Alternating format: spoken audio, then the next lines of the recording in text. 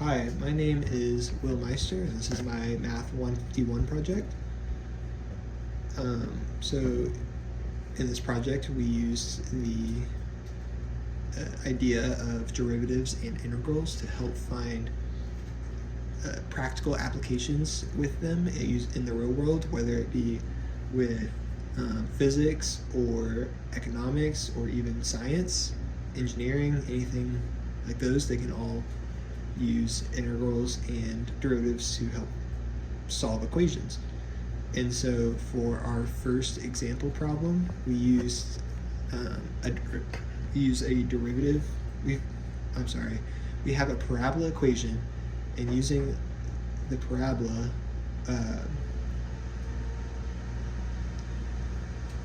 if we take the derivative at once, we can determine the velocity in the second derivative of the equation, which is again a parabola.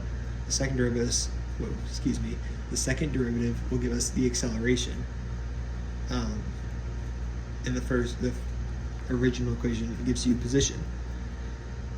So with the equation we used again a parabola over the x-axis and solved for the derivative to give us velocity. The second application we used was the inflation of currency. So currency is constantly inflating and hardly ever feels like it deflates. So using an exponential growth model can help determine what inflation could be if it's not taken under control.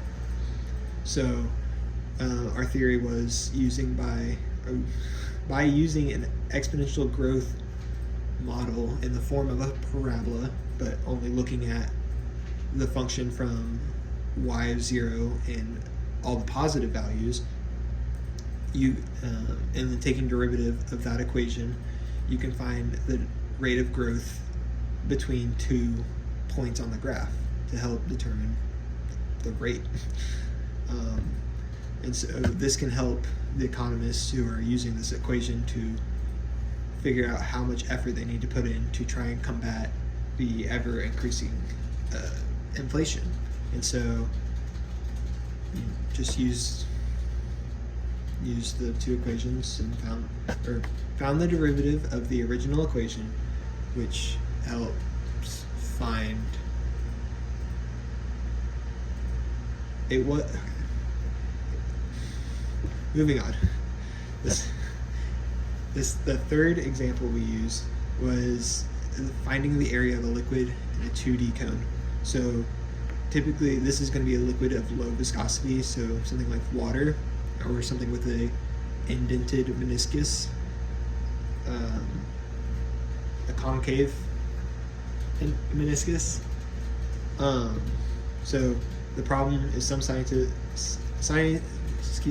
scientific equipment can be oddly shaped, and finding the volume of the liquid in that shape can be difficult to determine without other proper equipment like a graduated cylinder.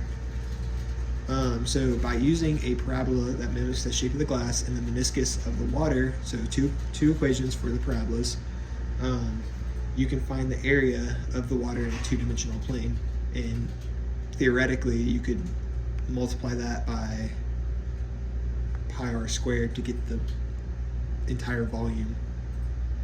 Or no, I'm sorry, scratch that, forget I said that.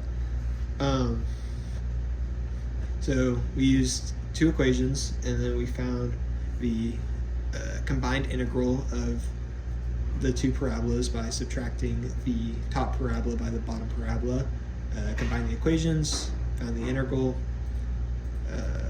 and then use that integral to plug in the 2 points where they intersect on the graph.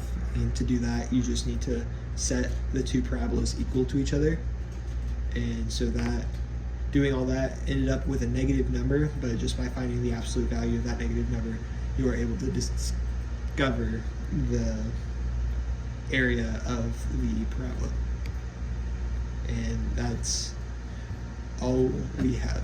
Thank you.